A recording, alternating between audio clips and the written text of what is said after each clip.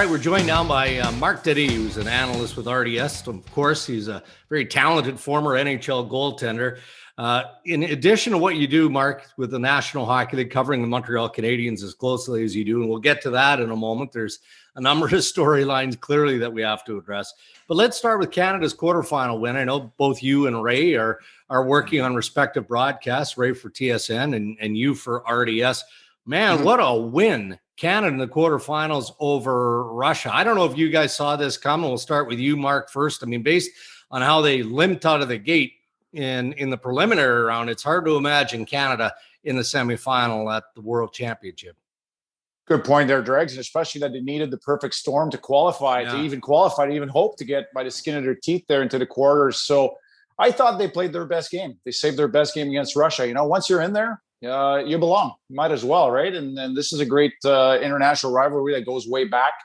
I thought they played well. Mangiapane really changed the make-out of this team. I think the domino effect has been tremendous.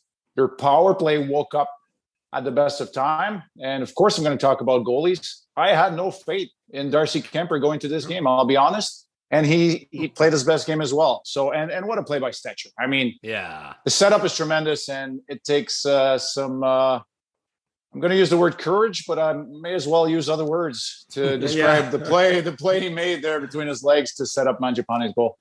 Man, it is amazing how to watch a long tournament like that you can be great at the beginning, a player, lose your game, and it's still long enough to get back. Like, how does a goalie, Marc, get his game back? Because at the start of the tournament, Kuemper couldn't stop anything. Like, he really struggled. Like, how does a goalie, like, he looked really confident today. How does he do that? Well, I've been part of the World Championship senior a couple of times, and you get practice time. I mean, you know, we didn't have goalie coaches, full-time goalie coaches on staff like they do today, but you get practice times. And Kuemper sat out a couple of games, had time to work at his game, benefited from, and I know he's a competitor, so he benefited from his team, you know, having all of that chain of events to bring him to playing a bigger game. And although Adin Hill, some would argue, played better than him throughout the tournament, he was called upon to be the man. He's the reason why he was in Riga and played well against the Russians there. So I think you have to really take that opportunity and run with it. And I thought he was good today. He was good today, feeling it, managing the game too, which hasn't been his forte. His balance was much better. And all of a sudden, with minimal effort between the pipes, he's just a more calm goalie and projects confidence, I think, on all of his team. He made a play in overtime. He stopped a shot from Tarasenko, like on the first rush up the ice. He caught it. Yeah. And instead of freezing it, like, he flipped it back out. And I'm like, man, he would have never done that a week ago. Like, he was just so sure, like, oh, this is the right boom. And it was like road hockey. It was awesome. Earlier in the tournament, he probably would have boxed it out and not even caught it. You know, that's how much he was fighting it.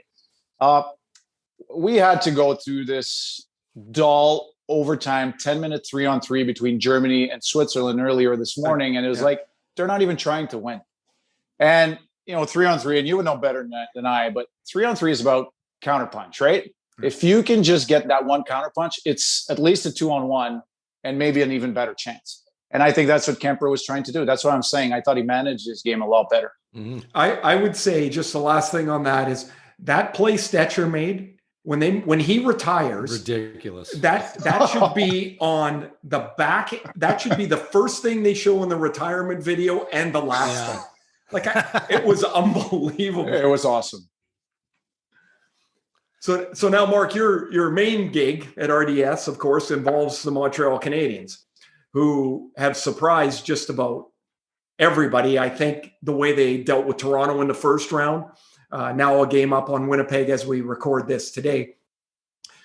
Did you see this coming at all down the stretch as they were battling away with so many games crammed in because of the COVID schedule changes, that they would come out and 4 games into the series against Toronto just become this team?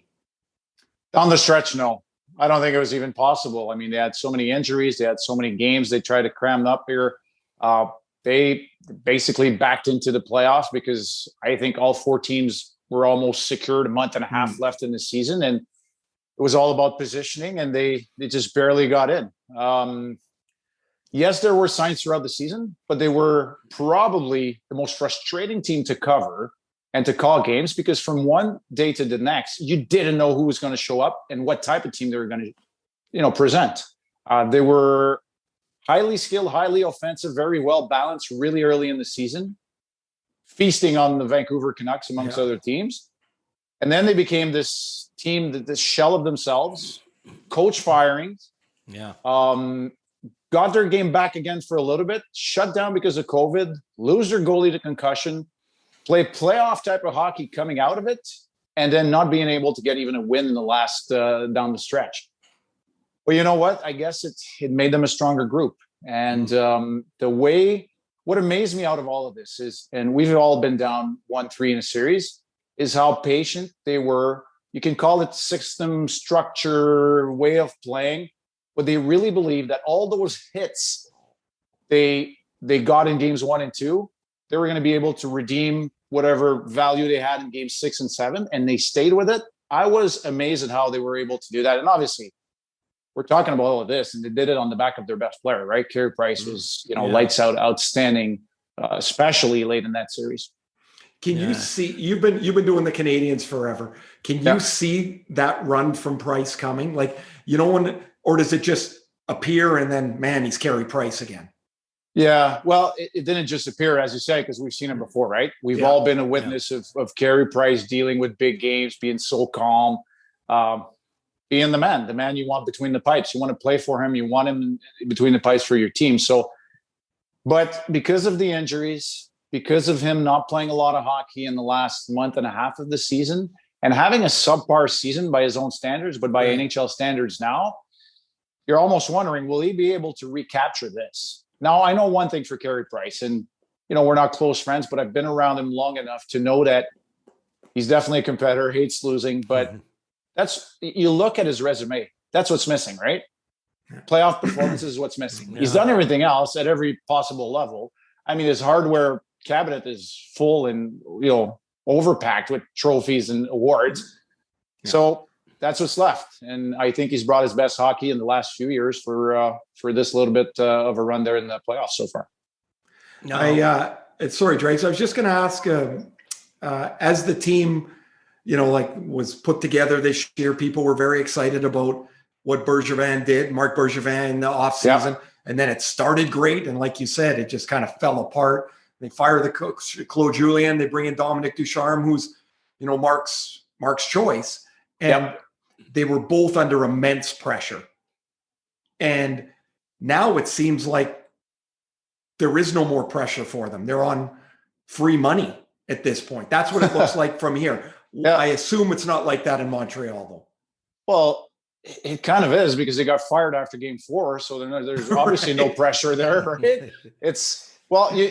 And you guys know this market. It's a little crazy. And, even for a pretty level-headed guy like me who's, tries to be as objective as I can, although we're doing this soap opera called the Montreal Canadiens season on a nightly basis, it's hard not to step into it. And you know what? He's been around for 8 or 9 years now, more Bergevin, and results have been, they've been waiting for it here in Montreal forever. And so you can't help but jump into the rumors, and is he going to be fired if they lose in 5 and all of this? But the fact of the matter is, he put together this team. He put his job on the line, I think, when he did all the firings, including Stefan Waits.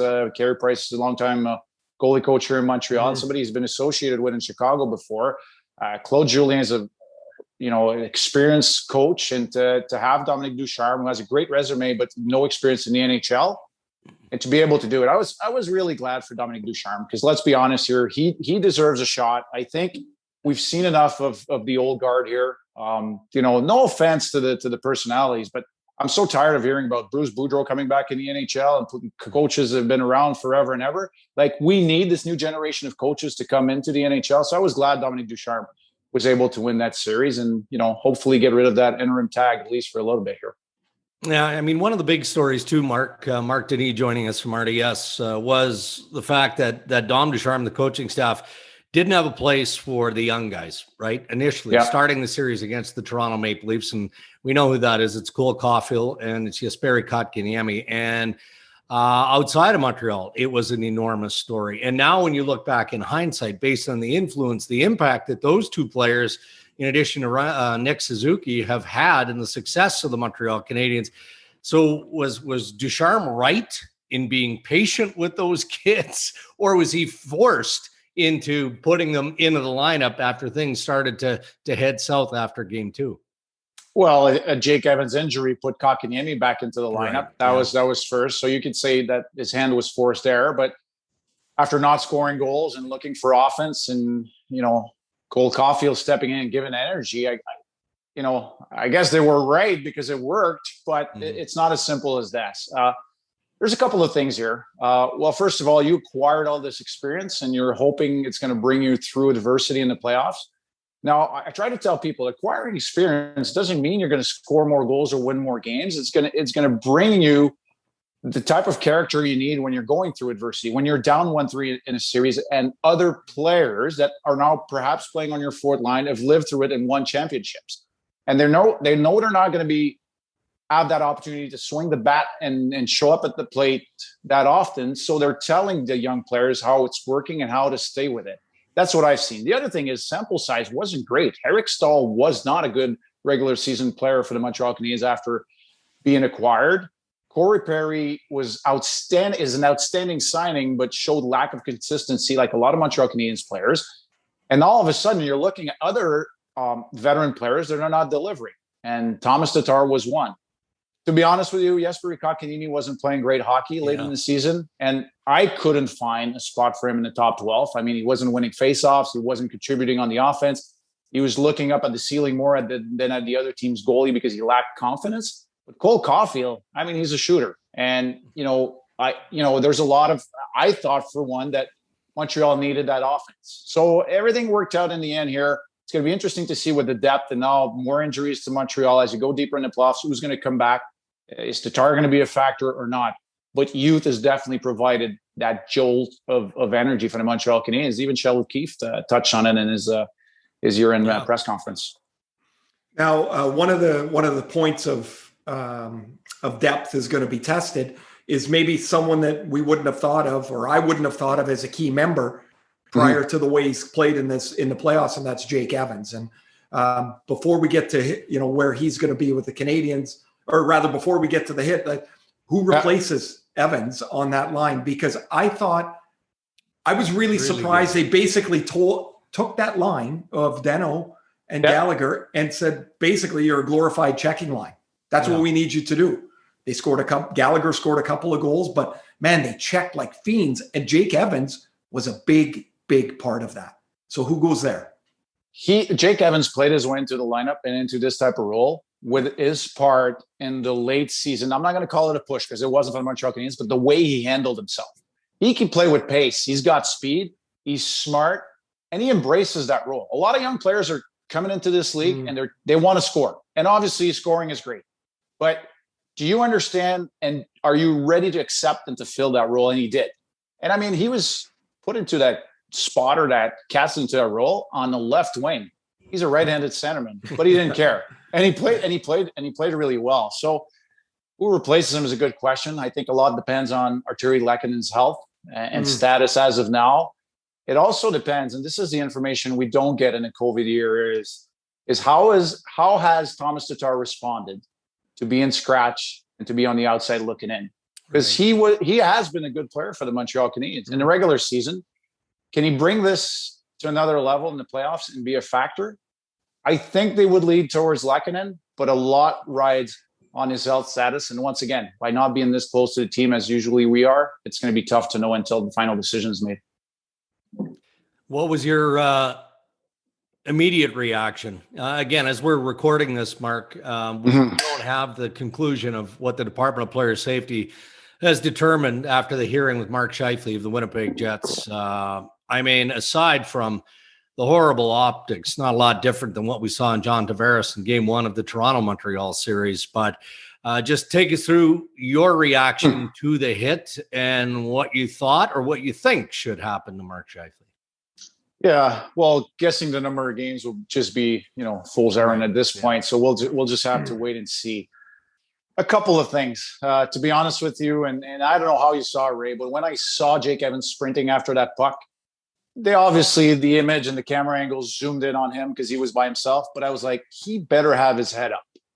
That was my initial reaction. So there's no way he had to know this might be coming. Now it was a matter of, do I have time to finish this play, which he did.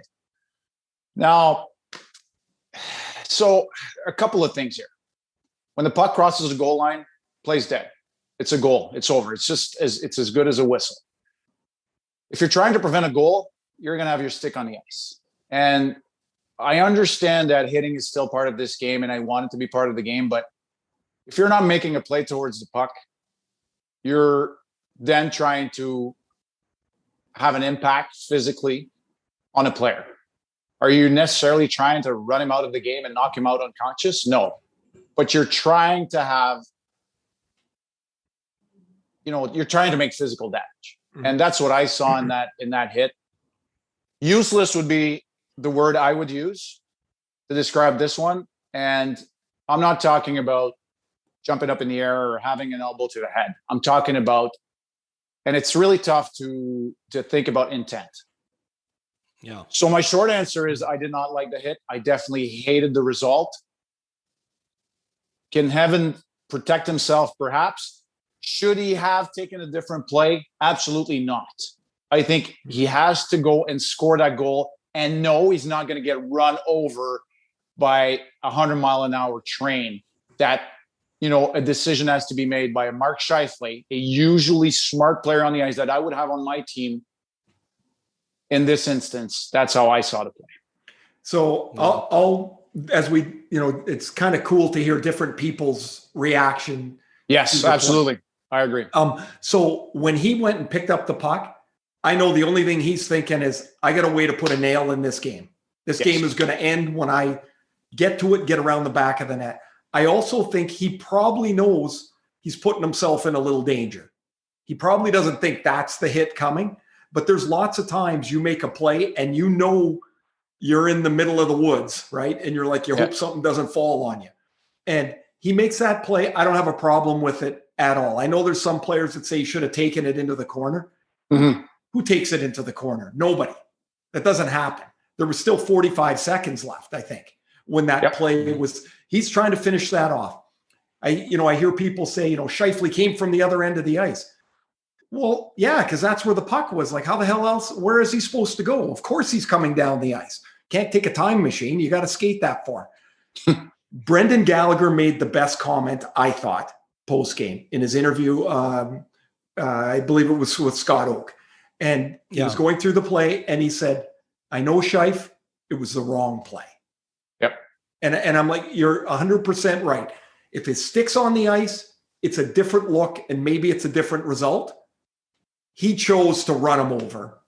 And that hit, which was fine when I played, or that play was, I don't know, accepted, maybe somehow is the right word.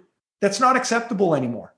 And he's going to get whacked for it. Now we'll see how long it is. That's what I thought of the play. No, fair point.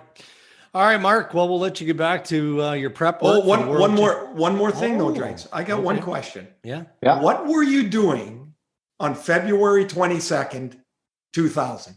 It was the 20-year anniversary of the U.S. beating the Russians in the gold medal, or for what turned out to be the gold medal at the Lake Placid Olympics. What were you doing on that day?